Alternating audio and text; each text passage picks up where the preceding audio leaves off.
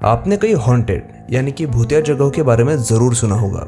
कई किले देखे होंगे जिनसे कई भूतिया कहानियां जुड़ी होती है।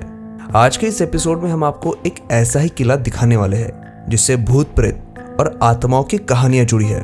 और ये कहानियां ऐसी वैसी या फिर मनगढ़ंत नहीं है, बल्कि इन कहानियों की पड़ताल करने के लिए कई रिसर्चर्स भी इस किले में आ चुके हैं।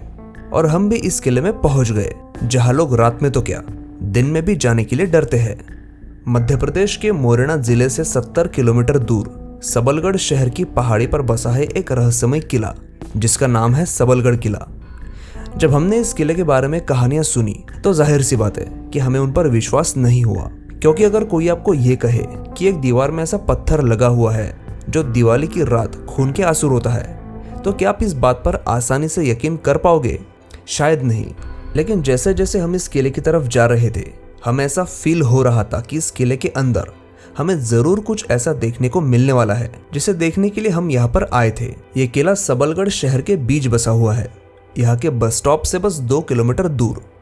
लेकिन इसके बावजूद जब आप इस किले में आओगे और देखोगे कि यहाँ पर एक भी इंसान मौजूद नहीं है, ना यहाँ पर कोई सिक्योरिटी गार्ड मौजूद है, और सबसे शॉकिंग बात कि इस किले के मेन गेट पर ताला लगा हुआ है, तो आपको ये एहसास होना शुरू हो जाएगा कि आप शहर से सैकड़ों किलोमीटर दूर मौजूद किसी सुनसान किले में घुस चुके हैं और बाहरी दुनिया से आपका कनेक्शन पूरी तरह से कट चुका है। इस किले से जुड़ी कहानी को जानने से पहले हमें इस किले के इतिहास को समझना होगा।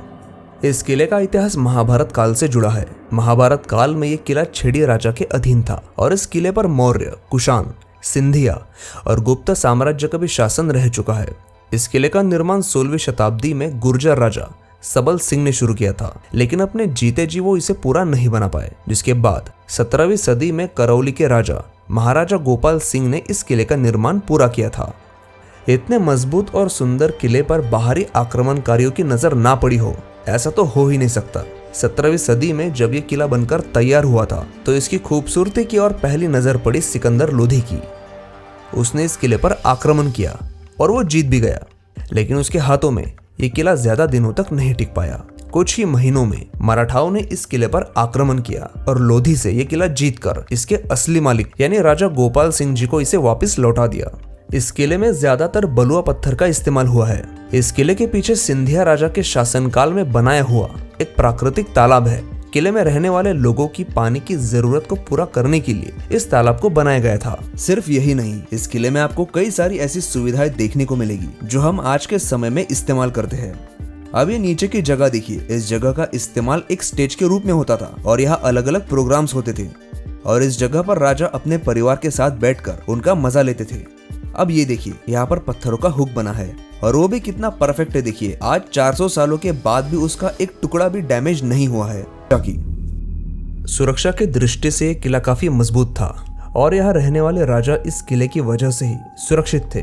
और इस किले पर हमला करने की वजह भी वही थी कि यह किला हर किसी को चाहिए था। ऐसा कहा जाता है कि एक समय में इस किले के उत्तर और पश्चिम में सुरक्षा दीवारें मौजूद थी।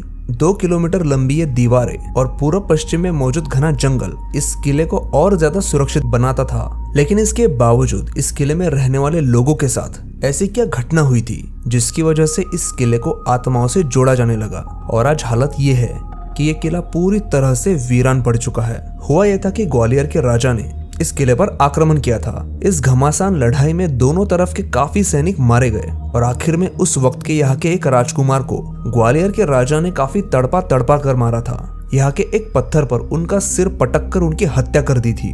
और इस घटना के बाद उसी पत्थर के साथ एक ऐसी अजीब घटना होने लगी जिसने आज तक लोगों को इस किले से दूर रखा है, जिसकी वजह से लोग इस किले के पास जाने से डरते हैं।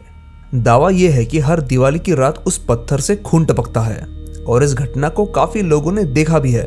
हमारा बैड लक ही कहिए कि हम उस पत्थर को नहीं देख पाए, क्योंकि अभी वो पत्थर इस किले में मौजूद नहीं है। यहाँ आसपास रहने वाले लोगों से जब हमने पूछा तो उन्होंने दावे के साथ उस पत्थर की कहानी बताई और हमें यह भी बताया कि उस पत्थर को कुछ शोधकर्ता यहाँ से निकाल कर ले गए थे। यकीन मानिए, हमने 3-4 लोगों से उस पत्थर के बारे में पूछा जो इस किले के आसपास ही रहते थे। उन सभी का जवाब एक ही था। और तुमने देखा सच में अपने आंखों से? उसी खून के आंसू रोने वाली पत्थर की कहानी की वजह से इस किले की तरफ कोई नहीं आता। और ये शानदार किला आज सुनसान हालत में पड़ा है। कहते हैं कि जितना शानदार एक किला दिन के समय में दिखाई देता है, उतना ही खौफनाक ये दिखाई देता है रात में। शाम होने के बाद इस किले की तरफ आने की हिम्मत कोई नहीं करता। शाम तो क्या, जब हम दोपहर के वक्त यहाँ पर मौजूद थे तो हमें सिर्फ 4 या 5 लोग ही दिखाई दिए थे जो यहाँ आसपास ही रहते थे। उनमें से कोई भी टूरिस्ट नहीं था। तो शायद ये इस किले का दुर्भाग्य है कि जिस पत्थर की कहानी ने इस किले को नई पहचान दिलाई, उसी पत्थर की वजह से आज इस खूबसूरत किले की ओर लोग नहीं आते। मैं चाहूंगा कि आप उस पत्थर के बारे में अपना ओपिनियन कमेंट करके जरूर बताइए कि वो जो पत्थर है उससे खून टपकने का कारण क्या हो सकता है, अंधविश्वास या फिर उस राजकुमार की वो घटना जो उस पत्थर के साथ जुड़ी है। मैं आपकी राय जरूर जानना चाहूंगा और आप इस वीडियो को अपने दोस्तों के साथ शेयर जरूर करें ताकि इस किले के बारे में ज्यादा से ज्यादा लोगों को पता चले। और हाँ, वीडियो को लाइक करना मत भूलिए। तो चलिए दोस्तों, मिलते हैं अगले एपिसोड में ऐसे ही बेहतरीन ट्रैवल व्लॉग के साथ।